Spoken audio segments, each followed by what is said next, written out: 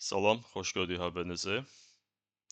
Bugün mart ayının 21-i 2026-cı il tarixində biz Logos Lab'da 18-ci müzakirəmizə başlayırıq və bu gün Novruz və Ramazan bayramları gününə təsadüf edir və ilk öncə bütün dinləyicilərimizi bu bayramlar münasibətilə təbrik eləmək istəyirəm.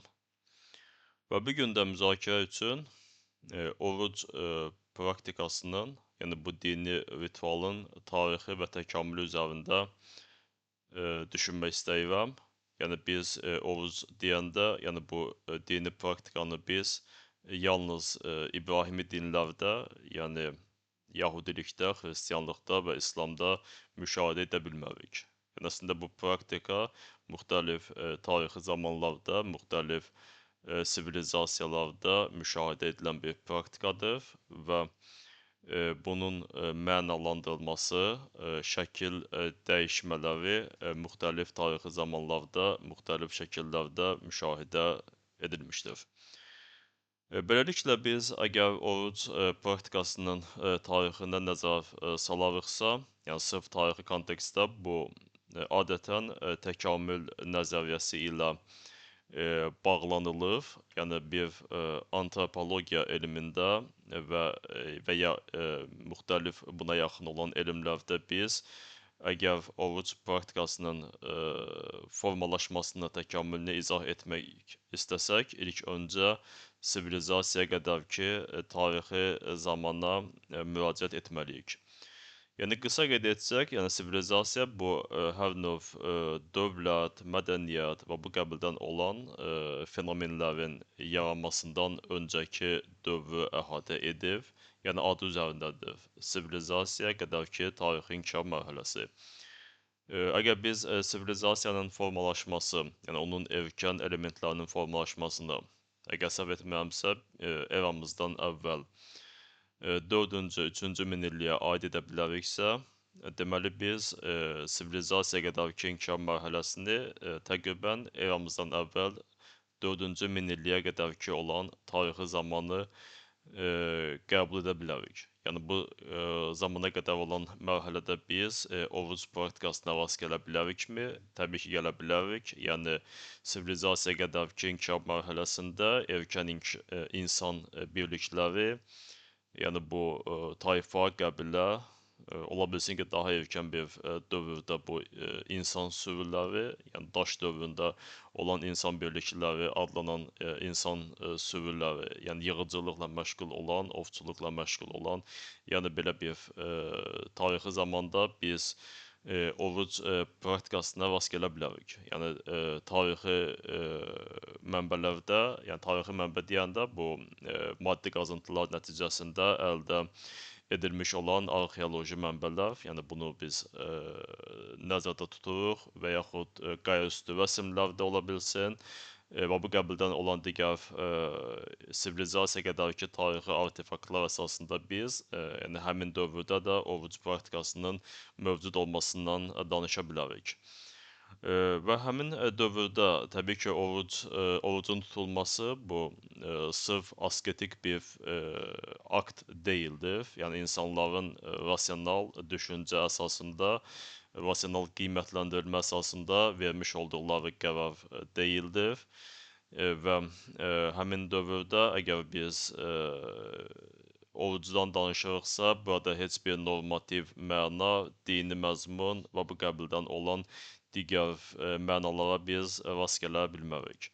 Yəni həmin dövrdə orucun tutulması bu birbaşa olaraq insanların, yəni Homo sapiens deyə bilərik və yaxud erkən tarixin inkişaf mərhələsində olan insan varlıqlarının ətraf mühitə adaptasiya prosesi ilə bağlı idi və məlumdur ki, yəni həmin tarixi inkişaf mərhələsində yaşamaq uğrunda mübarizənin olması güman edilir. Yəni təkamül nəzəriyyəsi bu prinsiplərin üzərində qurulur və yaşamaq uğrunda mübarizədə, yəni daha yaxşı uyğunlaşa bilən canlılar mübarizədən qalib gəlir və bu uyğunlaşma prosesində də əgər biz bu konteksti, yəni indi müzakirə etdiyimiz konteksti nəzərə alsaq, bu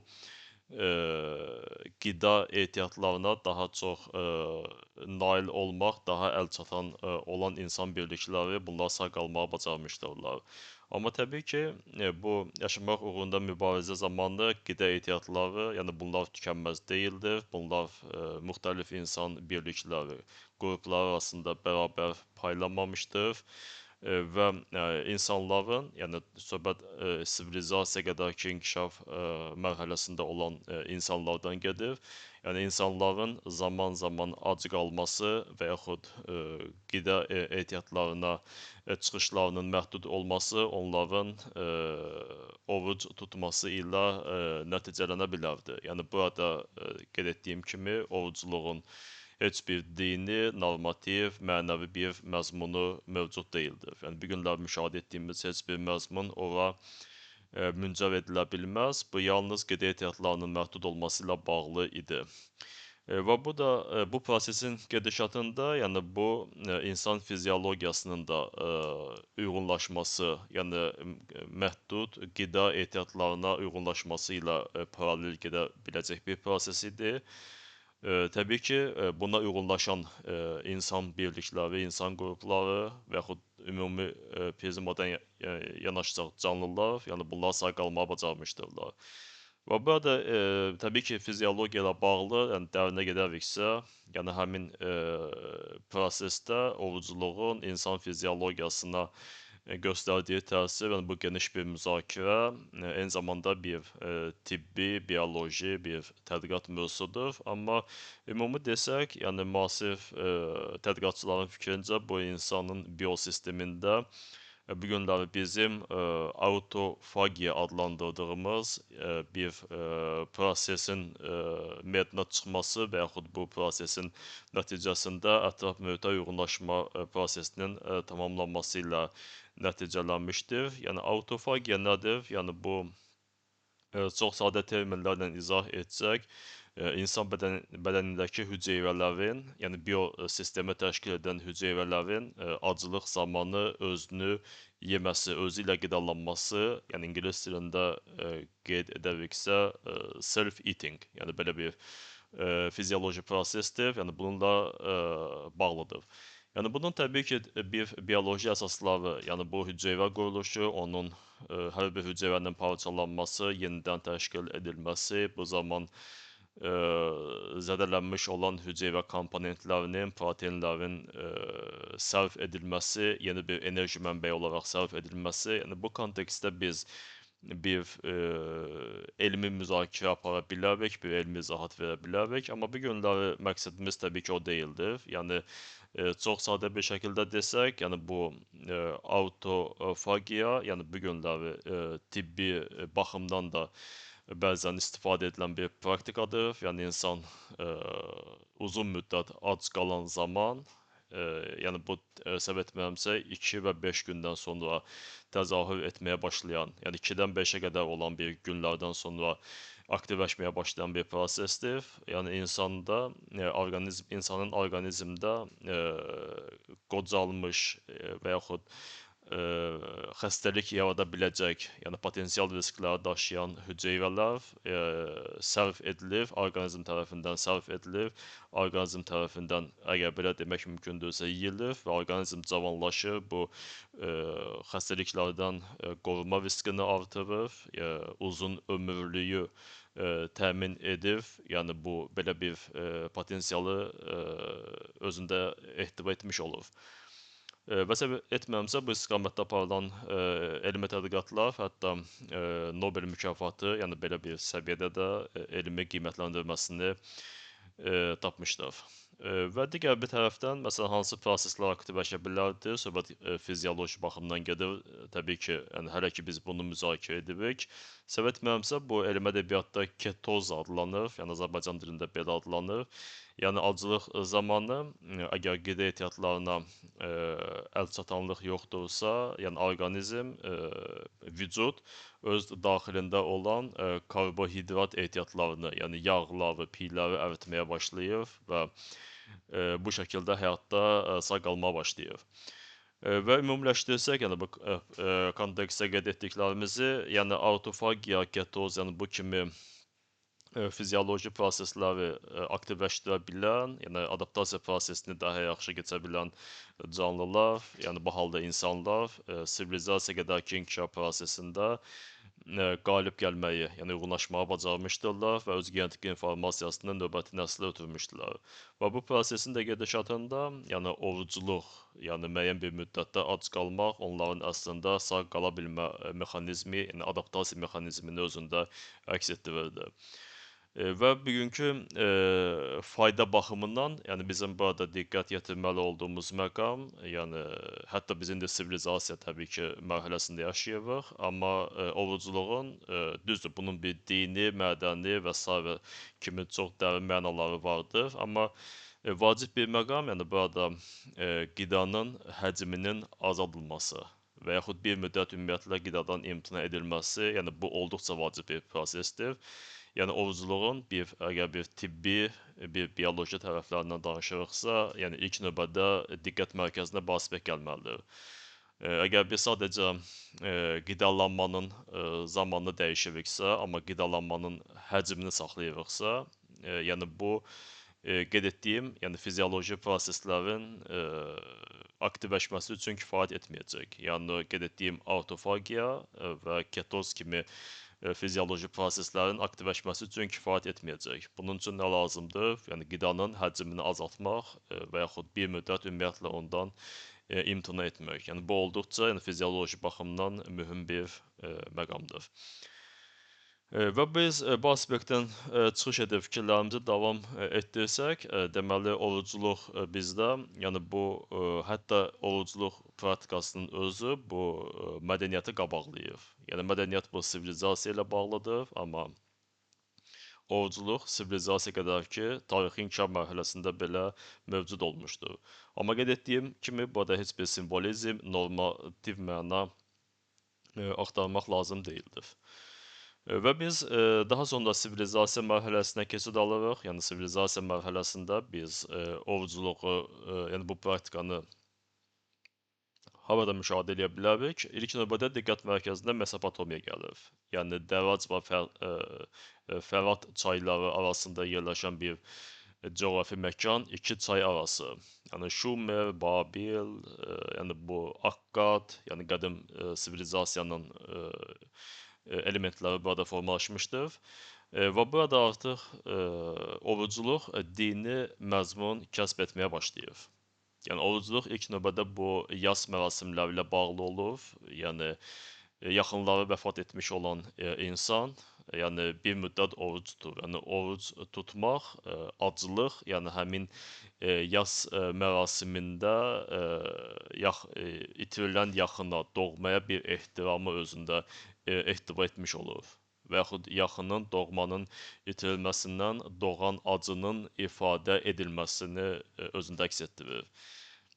Yəni bugünün bir qədər fərqli bir rakursudur. Yəni bu günləri yaxınını itirən insan, məsələn, deyək ki, bizim coğrafi, yəni mədəni bir mühitdə, yəni biz yas mərasimləri təqdim edən zaman biz qida təqdim edirik, yəni yasa gələnlərə qida təqdim edirik, amma qədim Mesopotamiyada belə deyildi.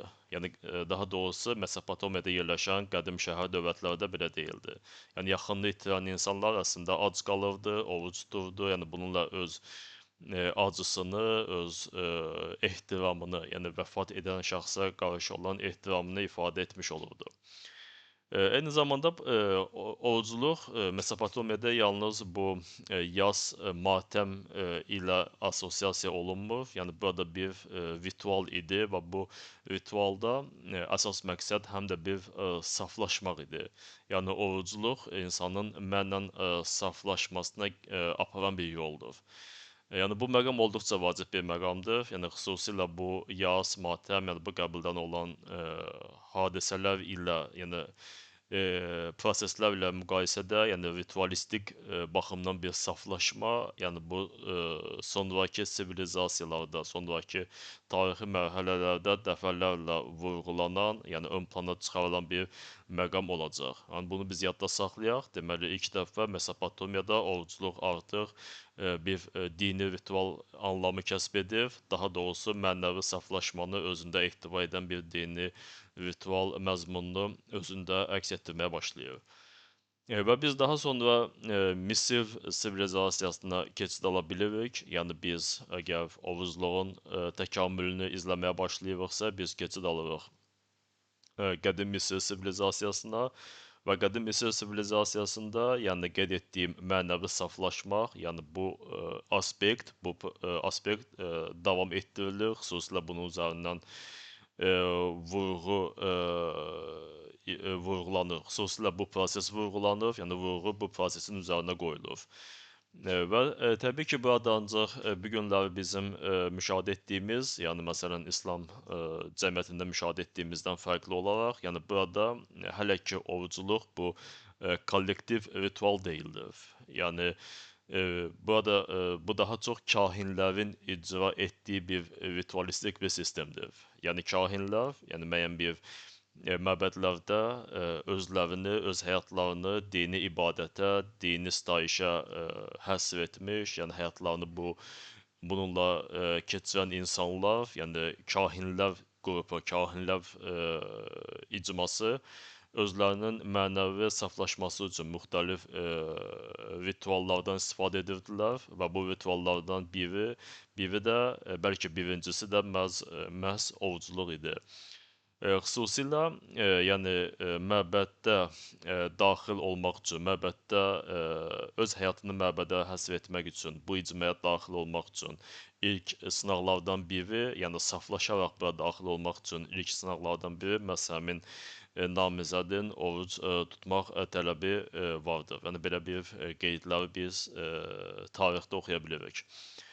Və başqa sözlə orucluq nə deməkdir? Yəni bu kontekstdə orucluq, yəni məbədlərdə kahinlərin digər ritualları yerinə yetirməsi üçün bir hazırlıq mərhələsi lazımdır və hazırlıq mərhələsi üçün mənəvi cəhətdən saflaşmaq, kamilləşmək lazımdır və bunun üçün də insan, yəni söhbət kahindən gedir və yaxud kahin olmağa namizəd olan insandan gedir, yəni həmin insan oruc tutmağa başlayırdı.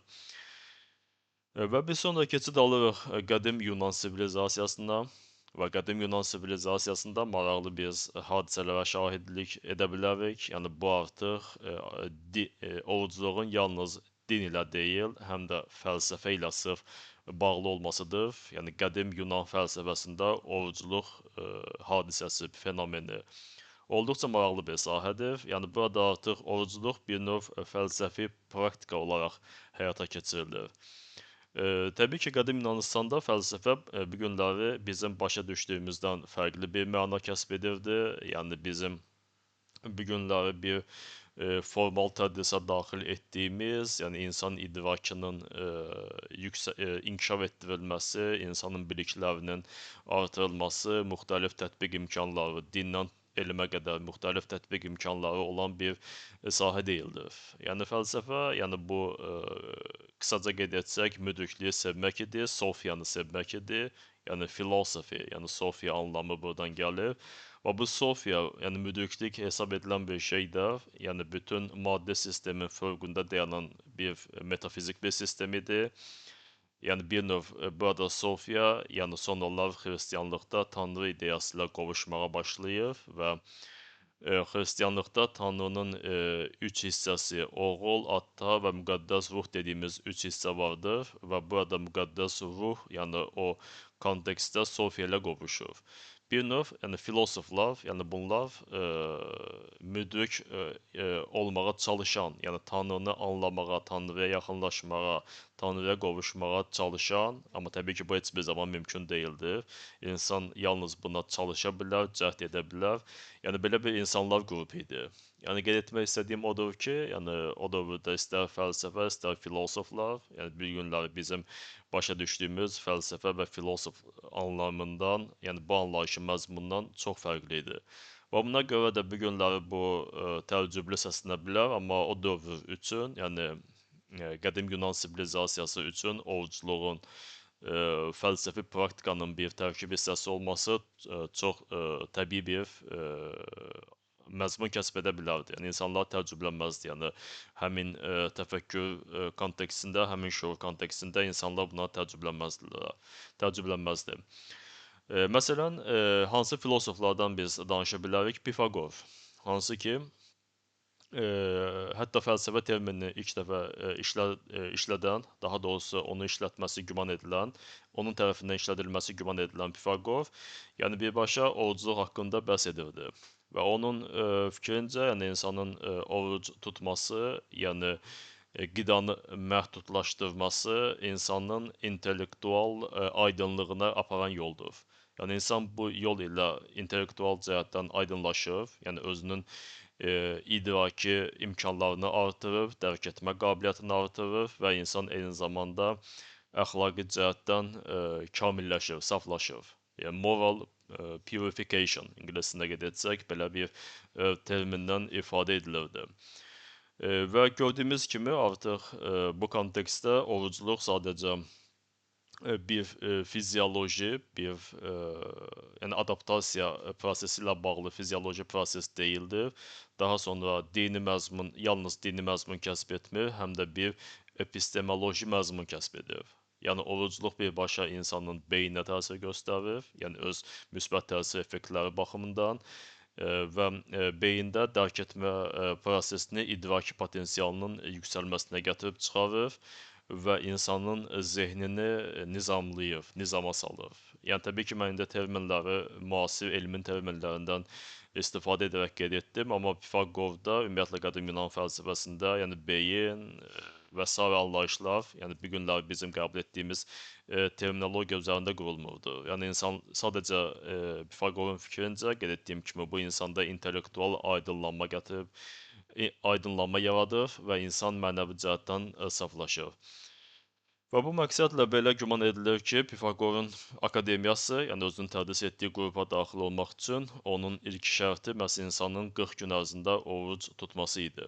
Yəni bu 40 gün ərzində oruc tutan insanın mental aktivliyi, yəni zehni aktivliyi yüksəlməyə başlayır. Yəni bu insanın fəlsəfə ilə məşğul olması üçün ilkin şərtdir, olduqca vacib ilkin şərtlərdən biridir. Və bu belə hesab edirdi ki, zehni aktivlik ilə insanın ağır şəkildə, çoxlu şəkildə qidalanması arasında tərs mütənasiblik vardır. Yəni insan nə qədər ağır qidalanırsa, çoxlu qidalanırsa, həddindən artıq qidalanırsa, həmin insanın mental, zehni aktivliyi bir o qədər aşağı olmuş olur. Yəni insanın idraki qabiliyyətləri bir o qədər aşağı olmuş olur. Başqa sözlə, yəni müasir dövrümüzə biz gətirib çıxarmış olarıqsa, yəni bu konteksti,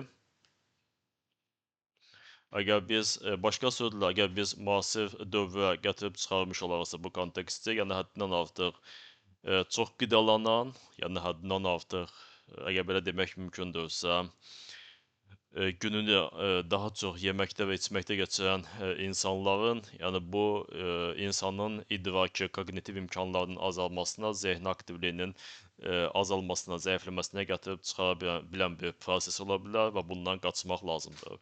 Yəni qədim Yunan fəlsəfəsinin müasir dövr üçün bir praktik əhəmiyyəti kimi biz bunu qiymətləndirə bilərik.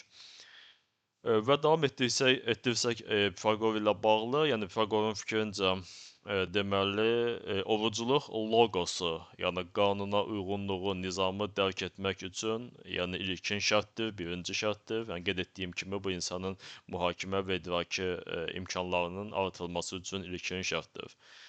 Və ümumiyyətlə qeyd etsəm, yəni bu ola bilsin bugünkü müzakirəmiz ilə birbaşa bağlı deyil, amma qədim Yunan fəlsəfəsindən danışırıqsa, qədim Yunan fəlsəfəsi yalnız intellektual bir sahə deyil. Ümumiyyətlə qədim fəlsəfə bu Hindistanda da belədir. Yəni fəlsəfənin bir intellektual, konseptual tərəfi var, hansı ki biz daha çox bu günlər bu istiqaməti inkişaf etdiririk, amma fəlsəfənin bir də praktik tərəfi var. Yəni ikili tərəfi var. Yəni bir filosof, yəni həm də özünün həyat tərzi, həm də özünün qida tərzi, davranışı və sairə ilə fərqlənməlidir. Yəni bunun aktiv tərəfini, praktik tərəfini kölgədə qoyaraq, diqqətə almayaraq, yəni konseptual ideya tərəfini inkişaf etdirmək mümkün deyil. Yəni bir növ fəlsəfə həm də həyat tərzi olaraq qiymətləndirilir. Və burada məncə biz fikrimizi tamamlaya bilərik və biz növbəti sivilizasiyaya keçid ala bilərik. Bu sivilizasiya deməli bizdə Hind sivilizasiyasıdır. Yəni bu da olduqca maraqlı bir praktika bizə deməli təklif etmiş olur. Təbii ki, söhbət ovuculuq praktikasından gedir. Deməli, o Hind fəlsəfəsində, yəni burada da biraz qiymətləndirmə çətindir. Yəni orada olan məktəblərin, yəni fəlsəfə, yəni bu günlər bizim qəbul etdiyimiz fəlsəfə yoxsa din adlandırılması, yəni bu o qədər də asan deyildir. Yəni birmənalı deyildir. Məsələn, orada olan buddizm, yəni həm dindir, yəni qədim Hind anlamında və bu günlərdə biz bunu dinlər tarixində öyrənirik, amma həm də fəlsəfədir. Eyni zamanda Cainizm bu qəbildən. Və bu kontekstdən biz yanaşsaq, yəni qədim Hind fəlsəfəsində biz 9 məktəbi fərqləndirə bilirik və bu 9 məktəbdən xüsusilə ikisi, yəni Cainizm və Buddizm ovuculuq praktikasına xüsusi diqqət yetirir. Eyni zamanda dini kontekstdə də, yəni Cainizm həm də bir dindir, Buddizm də bir din olaraq qiymətləndirilir. Eyni zamanda biz əlavə edə bilərik qədim Hind ənənəsindən Hinduizm dinini. Yəni Hinduizm, Cainizm və Buddizmdə biz ovuculuq praktikasının xüsusilə qabarıq olduğuna şahidlik eləyə bilirik. Və burada ovuculuq səhv etmirəmsə belə bir terminlə ifadə edilir. Upavasha, Upavasha. Yəni bu qədim sanskrit dilində ifadə edilən bir termindir və Upavasha artıq özündə yeni bir məzmun kəsb edir. Deməli, əgər biz daha əvvəlki sivilizasiyalarda, yəni Mesopotamiya, Misir, eyni zamanda qədim Yunan fəlsəfəsində biz orucluğun bir dini məzmun kəsb etməsinə şahidlik etdiksə, daha doğrusu Mesopotamiyada və Misirdə bu dini məzmun kəsb edirdi, amma qədim Yunan fəlsəfəsində həm də epistemoloji bir məzmun kəsb edirdi və Hind fəlsəfəsində, Hind ənənəsində biz artıq yalnız bir insanın, individual insanın istər mənəvi, istər idraki cəhətdən saflaşması, kamilləşməsinə rast gəlmirik. Yalnız bununla məhdudlaşmır məsələ. Yəni burada artıq məsələ karmanın saflaşması anlayışına gəlir. Yəni karma deyəcəyimiz, yəni qısa bir keçid etsək, yəni qədim Hind dünya görüşünə görə, yəni dini fəlsəfi dünya görüşünə görə hər bir insan öldükdən sonra onun ruhu avtomatik olaraq digər metafizik sistemə keçid almır. Yəni müəyyən bir şərtləri ödəməsə, yəni daha da dəqiq desək, insan tam kamilləşməsə, tam saflaşmasa, təbii ki, söhbət mənən, ruhən kamilləşməkdən, saflaşmaqdan gedir. İnsanın ruhu maddi sistemi tərk etmiş olmur. Sadəcə bir vücuddan digərinə keçmiş olur və bu proses reinkarnasiya adlanır və insan nə edirsə, onun mütləq nəticəsini görür. Yəni hər bir edilmiş davranışın, qərarın nəticəsi vardır. Əgər insan bunu bir bioloji siklda görə bilməzsə, yəni nə isə edibsə, qərar veribsə, amma bunun nəticəsi ilə qarşılaşmadan bu ruh bu vücudu tərk edib digər bir vücuda keçibsə, yeni bir sikl başlayıbsa, deməli həmin nəticələr, həmin effektlər növbəti siklda öz təsirini göstərməlidir. Və proses karma zənciri adlanır, karmik zəncir adlanır və bu karmik zəncirə görə, yəni bu günləri insanın həyatında baş verən istər xoşbəxtlik, istər bədbəxtliklər, əgər bunların səbəbini insan aydınlaşdıra bilmirsə, rasional baxımdan izah edə bilmirsə, bunun səbəbi çox böyük ehtimalla insanın əvvəlki həyatlarında, əvvəlki sikllarda, yaşamış olduğu həyatlarda etmiş olduğu hadisələrin təsiridir. Yəni həmin təsirlər, yəni bir siklla məhdudlaşmır, yəni karmik zəncir, karma zənciri vasitəsilə, yəni növbəti sikllara da ötürülmüş olur. Və burada təbii ki, hər bir insan mənən kamilləşən, saflaşan zaman əvvəlki sikllarda etmiş olduğu olduğu səhvlərdir, onların effektləridir, onların aradan qaldırılmasına çalışır və bu zamanda orucluq, yəni bu praktika həmin effektlərin aradan qaldırılmasına təsir göstərir. Bir növ insan öz karmasını saflaşdırır, kamilləşdirir və insanın artıq maddi sistemin zəncirlərindən xilas olması, yəni bunu adlandırırlar moksha, yəni azad olması, digər bir metafizik sistemə keçid alması üçün zəmin yaratmağa başlayır. Beləliklə biz orucluq podkastdan danışanda burada artıq karma saflaşmasına gətirib çıxarırıq. Bu da bir dini məzmun kəsb edir, amma bu artıq insanın yalnız praktik baxımından idrakinin güclənməsi və yaxud dini baxımından bir ibadət məqsədi ilə nəyinsə edilməsi deyildir. Bu sadəcə insanın etmiş olduqları nöqsanlar, səhvlər və s. kimi proseslərin mənfi təsir effektinin azaldılması üçün istifadə edilən bir dini ritualistik bir sistemdir. Və bunun üzərinə biz əlavə etsək, yəni burada orucluq sadəcə karma saflaşması deyildir. Yəni burada həm də özünə nəzarət, özünün mental sisteminə olan nəzarət sistemidir və insanın maddi istəklərdən azad olması, yəni bu asıllığın zəiflədilməsi üçün istifadə edilən bir ritualistik bir sistemdir. Yəni maraqlı bir sistemdir və bunu da biz xüsusilə vurğulamalıyıq. Yəni bir qədər əvvəl qeyd etdiyimiz kimi, yəni orucluq, yəni sadəcə olaraq qidalanmağın zaman baxımından dəyişdirilməsi deyil. Yəni yalnız gün çıxana qədər qidalanmaq olar və bir də gün batandan sonra qidalanmaq olar, amma qidanın həcmini azaltmaq lazımdır. Yəni qidanın həcmi azalmadıqca, yəni bu nə fizioloji baxımdan yeni bir proseslərə təkan verə bilər, nə də kamilləşmə, saflaşma baxımından yeni bir proseslərə təkan verə bilməz. Yəni bizim indiyə qədər müzakirə etdiyimiz istər erkən inkişaf mərhələsi, sivilizasiya qədər olan inkişaf mərhələsi, istərsə də Mesopotamiya, Misir, qədim Yunan fəlsəfəsi və indi də Hin ənənəsində, yəni qırmızı xətt olaraq, yəni maddi sistemin asıllığın zəiflədilməsi, yəni qidanın həcminin azaldılması və ya bir müddət tamamilə aradan qaldırılmasının özündə əks etdirən bir prosesdir. Və biz keçid ala bilərik, yəni bu praktikanı həm də qədim Çin sivilizasiyasında müşahidə edə bilərik. Yəni qədim Çin sivilizasiyasında məsələn Taoizm, yəni belə bir fəlsəfi sistem var. Eyni zamanda biz bunu bir dini fəlsəfi sistem kimi adlandıra bilərik. Yəni qədim Çində də 6 məktəb vardı. Bunlardan biri də Daoizm və ya Taoizm deyək məktəbidir.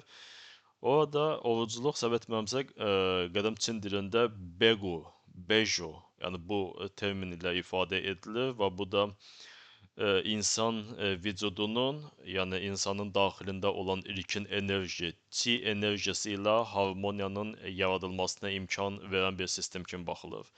Yəni burada qi enerjisi, məsələn tai chi buradan yaranmış olan sözdür və yaxud demək olar ki, bütün Yapon sistemlərində olan ki, məsələn aikido, hapkido, yəni bu Koreya sistemidir, düzdür.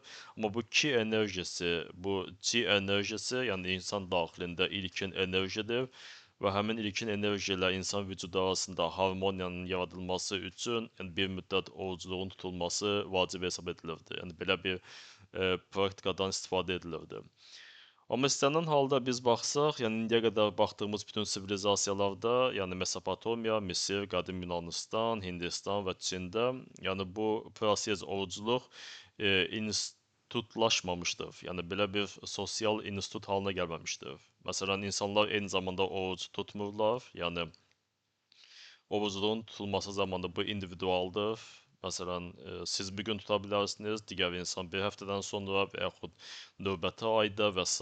Yəni bu fərqləndirici əlamətdir. Yəni kollektiv bir ritual halına gələn bir şey deyildir.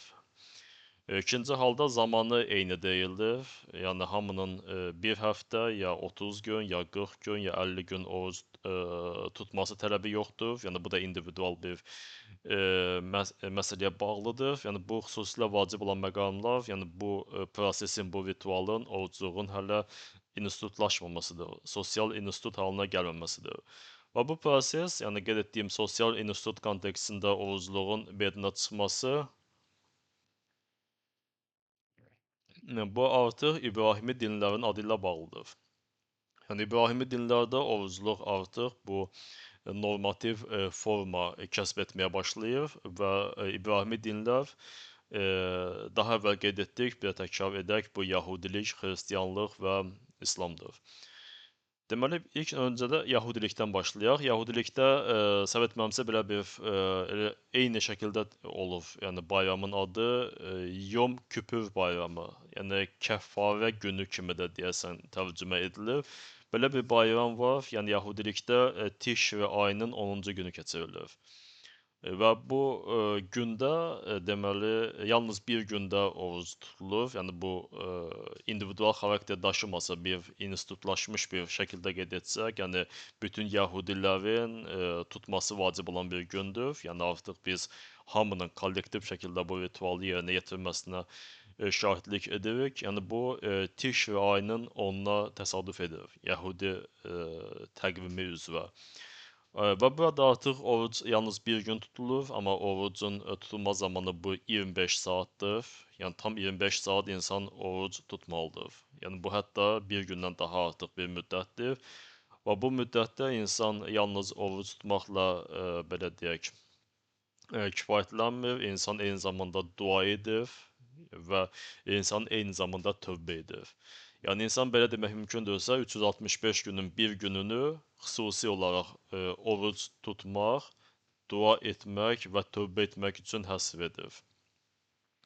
Və bu da təbii ki, deməli mənəvi cəhətdən saflaşmaq, günahların bağışlanması, bir növ insan daxilində yeni bir mental bir sistemin, ruhi bir sistemin özünü yenidən formalaşdırması, özünü tənzimləməsi kimi nəzərdən keçirilə bilər.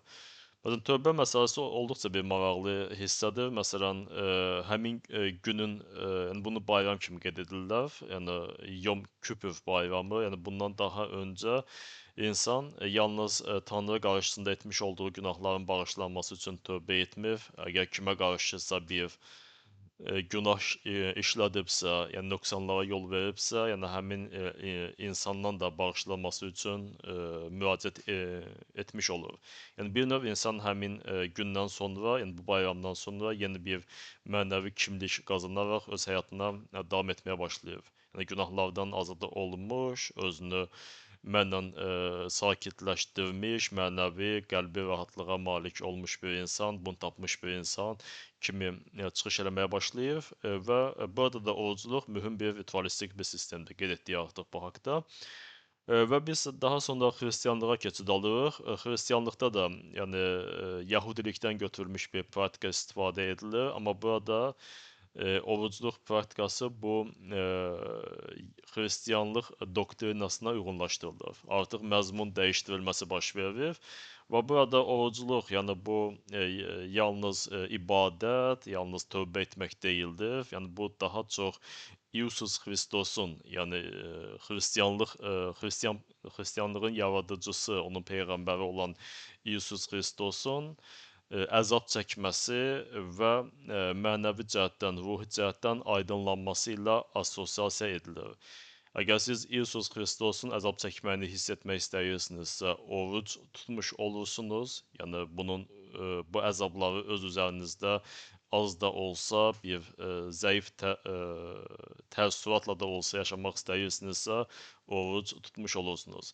Eyni zamanda bu həm də bir ruhi, mənəvi aydınlanmaya gətirib çıxarır. Yəni bir növ burada biz istər Hind fəlsəfəsinin bəzi elementlərini müşahidə edə bilirik, istərsə də qədim Yunan fəlsəfəsinin müəyyən oxşar elementlərini müşahidə etmiş oluruq. Məsələn, Pifaqorda biz bu haqda danışdıq. Yəni bir qədər əvvəl qədim Yunan fəlsəfəsində və eyni zamanda Hind fəlsəfəsində də, məsələn, Buddizmdə rast gələ bilərik. Yəni orucluq, yəni bu kəskin aclıq deyildir, yəni ekstrem forma deyildir, həm də çox yemək deyildir, sanki bir orta yoldur, qızıl orta həddir və bu insanın aydınlanmasına yol açan bir məsələdir.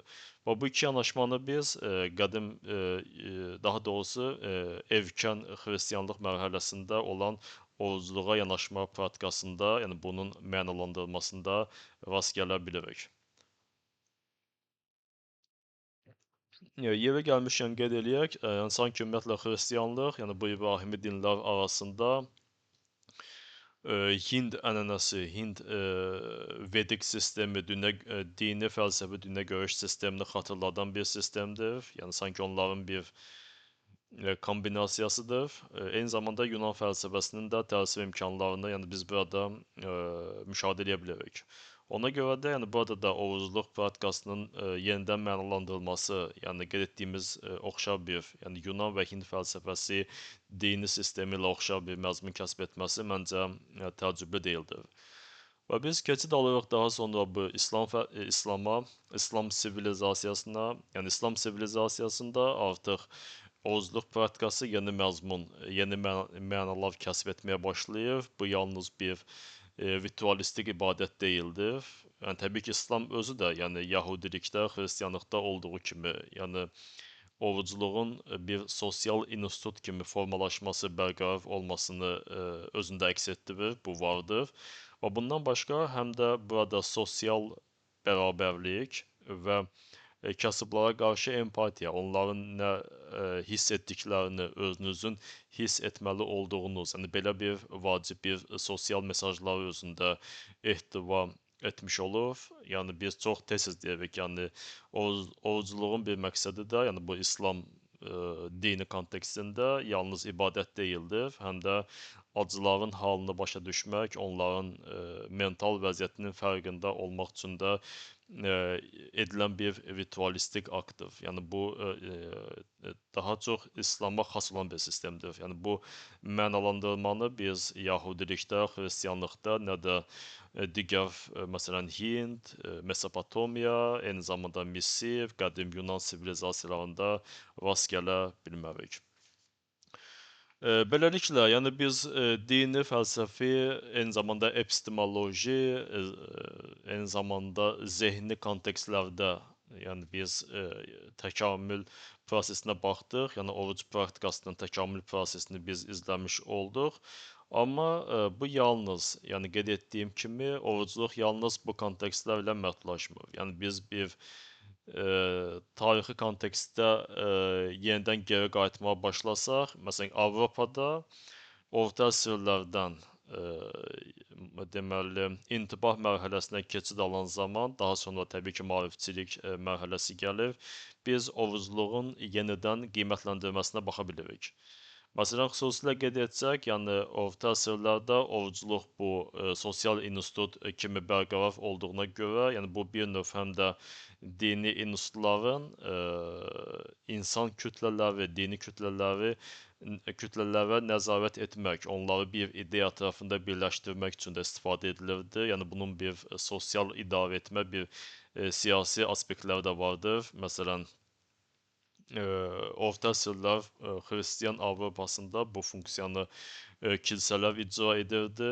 Yəni kilsələr eyni zamanda həm də kilsə fəaliyyətində yüksəlmək üçün orucluq bir praktika kimi istifadə edilirdi. Kim daha çox ac qala bilirdisə, daha ekstrem bir formada oruc tuta bilirdisə, yəni həmin insanın kilsə sosial nərdivanında daha sürətlə irəliləyə bilmə, yüksələ bilmə şansı ola bilirdi. Amma bütövlükdə kilsə institutu, yəni ekstrem formanın çox da geniş yayılmasına tərəfdar deyildi. Yəni bu icma normalarının zəifləməsi, yəni sosial identifikasiya, sosial nəzarət imkanlarının azalmasına gətirib çıxara bilərdi. Çünki heç bütün insanların ekstrem formada oruc tuta bilməsi imkanları yoxdur.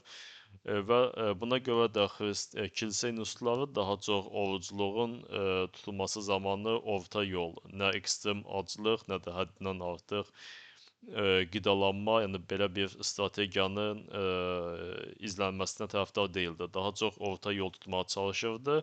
Amma istənilən halda burada artıq orucluq həm də bir sosial idarə etmə və siyasi idarə etmə funksiyasını, bir məqsədini özündə ehtiva etmiş olurdu. Və biz və buna görə də, yəni biz orta əsrlərdən intibah və maarifçilik dövrünə keçid alan zaman artıq dini institutlar, sekulyar institutlar ilə əvəzlənməyə başlayır və bu sekulyar institutlar ilə əvəzlənmə zamanı artıq orucluq praktikasının dini aspekti kölgədə qalmağa başlayır. Və bu zaman orucluq praktikası, yəni mən Avropa və təbii ki, bu da daxil etsək Amerikadan danışıram, yəni Qərb sivilizasiyası, müasir Qərb sivilizasiyasından danışıram. Yəni burada artıq orucluq bir növ analitik baxımdan, rasional baxımdan yenidən qiymətləndirilir. Onun tibbi və fizioloji təsir imkanları yenidən qiymətləndirilir. Və burada onun artıq dini tərəfləri sanki bir irrasional tərəflər kimi qiymətləndirilir və qeyd etdiyim kimi bu kölgədə qalmağa başlayır, amma onun insanın istər fiziki, istərsə də mental sağlamlığına olan olduqca müsbət təsiri, yəni bu təqdir edilir və bu günləri də yəni bu yanaşma istər tibbi, istər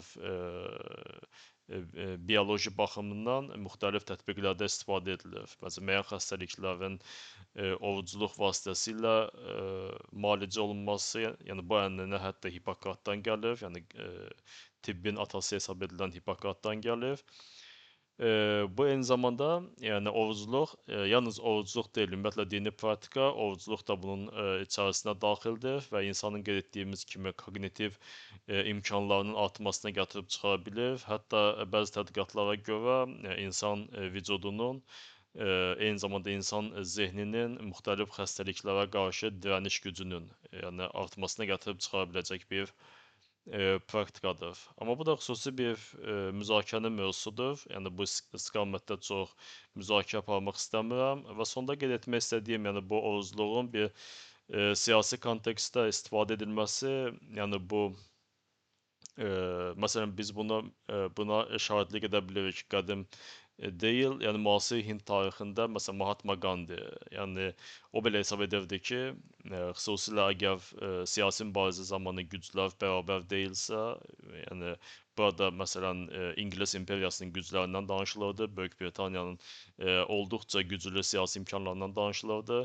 Əgər biz buna fiziki cəhətdən, yəni qaba güc baxımından qalib gələ bilmiriksə, həmin gücün əxlaqi legitimliyini azaltmaq və yaxud yox etmək üçün insanların, istər siyasi liderlərin, söhbət hərəkat liderlərindən gedir, istər mübarizə aparan kollektivdən gedir, onların aclıq etməsi, onların oruc tutması, yəni qarşı gücün əxlaqi legitimliyinin azalmasına gətirib çıxaran bilən addımdır. Yəni bu kontekstdən, yəni biz yalnız təbii ki, bu Mahatma Gandinin adı ilə bağlı deyil, yəni müxtəlif zamanlarda, yəni mütəmadi olaraq müxtəlif siyasi proseslərdə qarşı tərəfə qarşı, xüsusilə əgər güclər, qüvvətlər mübarizə vasitəsi olaraq bərabər deyilsə, yəni orucluqdan, ac qalmaqdan, yəni qarşı tərəfin bir əxlaqi legitimliyinin azaldılması vasitəsi kimi də istifadə edilməsinə rast gələ bilirik. Belə, bu günə müzakirə etmək istədiyim bu qədər. Yəni təbii ki, orucluq yalnız indi bizim qeyd etdiyimiz sahələri əhatə etmir. Yəni bunların hər biri, yəni istər qədim Yunan fəlsəfəsində, istər ayrıca Mesopotamiyada, Hindistanda və yaxud İslamın özündə, Yəhudiliyin özündə və s. Yəni orucluq, yəni xüsusi olaraq müxtəlif aspektlərdən müzakirə edilə bilər. İstər tibbi baxımdan, yəni bunun bir fizioloji, bioloji tərəfləri, neuroelmi tərəfləri ayrıca bir tədqiqat sahəsidir, müzakirə sahəsidir. Amma bütövlükdə tam bir mənzərəni formalaşdırmaq üçün, yəni ümid edirəm ki, buna haradasa nail oldum. Yəni məncə müzakirəni burada biz tamamlaya bilərik. Beləliklə, suallarınız olarsa ünvanlaya bilərsiniz. Diqqətinizə görə minnətdaram.